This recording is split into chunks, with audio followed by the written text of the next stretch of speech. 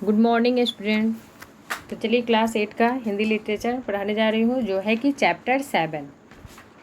आप लोग को चैप्टर 6 तक हम पढ़ा दिए हैं, तो वो पोएम जितना भी है सब याद करिएगा। तो चलिए आगे बढ़ते हैं। तो चैप्टर 7 है सांप से मुकाबला। ये स्टोरी है जो हम पढ़ के आप लोग को सुनाएंगे। इसके लेखक है श्री राम शर्मा। तो देखिए ये स्टोरी में क्या है। 1908 की बात है। दिसंबर का आखिरी या जनवरी का प्रारंभ होगा। चिल्ला जाड़ा पड़ रहा था। 2-4 दिन पूर्व कुछ बूंदाबांदी हो गई थी, इसलिए शीत की भयंकरता और भी बढ़ गई थी। सायकाल के 3:30 या 4 बजे होंगे। कई साथियों के साथ मैं झड़बेरी के बेर तोड़ तोड़ कर खा रहा था। गांव के पास एक आदमी ने पुकारा कि तुम्हारा भाई बुला रहा है। तो इसमें बोल रहा है कि क्या था, दिसंबर का आखिरी या फिर जनवरी का मतलब शुरू का ही था, प्रारंभ था। बहुत ज़्यादा ठंडा पड़ रहा था और बहुत ज़्यादा कुछ कुछ बूंदाबांदी भी हो रहा था और ठंड काफ़ी बढ़ गया था। तो 3-4 बजा ही था शाम को। तो कई साथिया के साथ क्या कर रहा था, बेर तोड़ तोड़ के खा रहा था। तो गांव के एक आदमी आया, बुलाया कि तुमको भाई बुला रहा है, शीघ्र ही घर लौट आओ। मैं घर को चलने लगा। अब वो घर को जाने लगा। साथ में छोटा भाई भी था उसका। भाई साहब की मार का डर था, इसलिए सामा हुआ चला जाता था। समझ में नहीं आता था कि कौन सा कसूर बन पड़ा। डरते डरते कहाँ घुसा, अपने घर में घुसा कि क्या होने वाला है। डर गया। आशंका थी कि बेर खाने के अपराध में ही तो पेशी न हो। पर आंगन में भाई साहब ने कहा, इन पत्रों को ले जाकर मक्खनपुर डाकखाने में डाल आओ। वो तो डर रहा था कुछ और कारण से कि हमको डांट पड़ेगा, लेकिन वहाँ जब गया तो उसका भाई बोला कि जो पत्र को ले जाओ और कहाँ डाल दो, डाकखाने में डाला। तेज़ी से जाना, जिससे शाम की डाक में चिट्ठियाँ निकल जाए, ये बहुत ज़रूरी है। बोला कि तुम जोर से ही जाना कि चिट्ठी आज ही निकल जाए। जाड़े के दिन थे ही, 30 पर हवा के प्रकोप से कपकपी लग रही थी। हवा मज्जा तक ठिठुर रही थी, इसलिए हमने कानों को धोती से बांधा। बहुत ज़्यादा ठंड लग रहा था, तो कानों को क्या किया, आपने बांधने लगा धोती से। माँ ने भुजाने के लिए थोड़े से चने धोती में बांध दिए थे। हम दोनों भाई अपना अपना डंडा लेकर घर से निकल पड़े। थोड़ा सा चना भी दे दी थी कि अगर कुछ भूख वूख लगेगा तो वो खाएगा। और दोनों भाई डंडा लेकर घर से निकल गए। उस समय उस बबूल के डंडे से जितना मोह था, उतना उस उमर में राइफल से नहीं था। मेरा डंडा अनेक सांपों के लिए नारायण वाहन हो चुका था। मक्खनपुर के स्कूल और गांव के बीच पड़ने वाला आम के पेड़ों से प्रति वर्ष उसमें आम झुरे जाते थे, जिस कारण वह मुक डंडा सजीव सा प्रतीत होता था। प्रसन्न वदना हम दोनों मक्खनपुर की ओर तेजी से बढ़ने लगा। अब दोनों मक्खनपुर के लिए बढ़ने लगा। चिट्ठियों को मैंने अपनी टोपी में रख लिया, क्योंकि कुर्ते में जेबें न थी। और चिट्ठी को क्या किया, पत्र को अपना टोपी में रख लिया, क्योंकि जो कुर्ता पहना था उसमें जेब था ही नहीं। हम दोनों उछलते कूदते एक ही सांस में गांव से 4 फलांग दूर उस कुएं के पास आ गए, जिसमें एक अति भयंकर काला सांप पड़ा हुआ था। कुआं कच्चा था और 24 हाथ यानी 36 फुट गहरा था।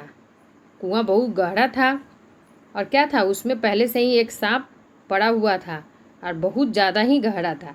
उसमें पानी न था। उसमें न जाने सांप कहाँ से गिर गया था। कारण कुछ भी हो, हमारा उस कुएं में होने का ज्ञान केवल 2 महीने का था। बच्चे नटखट होते ही हैं। मक्खनपुर पढ़ने वाले जाने वाले हमारी टोली पूरी वानर टोली है। बोला बच्चा लोग बहुत नटखट था, और जो भी पढ़ने जाता था वो क्या था, मेरी पूरी टोली वानर के समान ही था। एक दिन स्कूल से हम लौट रहे थे कि हमको कुएं में उचकाने की सूझी। सबसे पहला उकझाने वाला मैं ही था। कुएं में झांककर एक ढेला फेंका कि उसकी आवाज़ कैसी होती है। बोला कि चलो कुएं में झांक के देखते हैं। और झांकने के बाद वो सोचा कि एक ढेला फेंकने पर देखते हैं उसका आवाज़ कैसा होगा। उसके सुनने के बाद अपनी प्रतिध्वनि सुनने की इच्छा थी, पर कुएं में ज्यों ही ढेला गिरा त्यों ही एक फुसफुसाकर सुनाई पड़ा। कुआं में जैसे ही ढेला डाला तो कुछ आवाज़ उसको सुनाई पड़ा। कुएं के किनारे खड़े हुए हम सब बालक पहले तो उस फुसाकर से चकित हो गया कि कैसा आवाज़ आया। जैसे किलोले करता हुआ मृग समूह अति समीप के कुत्ते की भौंक से चकित हो गया। तो देखा कि लग रहा था जैसे मृगों का झुंड होता है, जैसे हिरन का झुंड आया, वैसा कुत्ते की भौंक के चकित हो गया। इसके उपरांत सभी ने उछक उछक कर एक ढेला फेंका। अब सब जितना था सब ढेला फेंक के देखने लगा कि क्या है अंदर।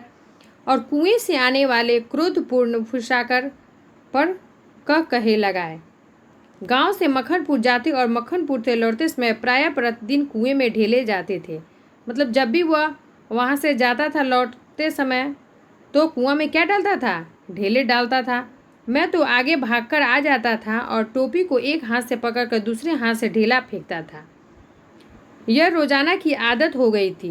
उन लोगों को क्या हो गया था? रोज़ का आदत हो गया था कि जब भी शाम को आएंगे तो ढेला कुएं में फेंकेंगे। सांप से फुसाकर करवा लेना मैं उस समय बड़ा काम समझता था। इसलिए जैसे ही हम दोनों उस कुएं की ओर से निकले, कुएं में ढेला फेंककर फुसकाकर सुनने की प्रवृत्ति जागृत हो गई।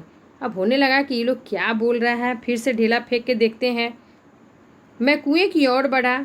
छोटा भाई मेरे पीछे ऐसे हो लिया जैसे बड़े मृग शावक के पीछे छोटा मृग शावक हो जाता है, यानी हिरन वह जो बच्चा है बच्चा के समान हो जाता है।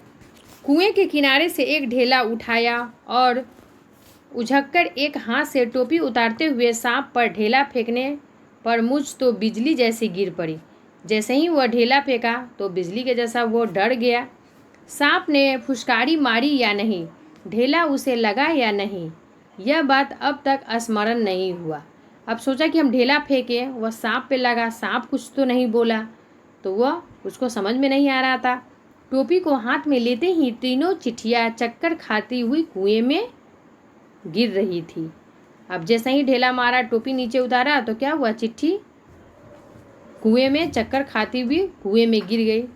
तो चलिए, बहुत लंबा ही ये स्टोरी है, फिर नेक्स्ट वीडियो में बताएंगे कि आगे क्या होता है।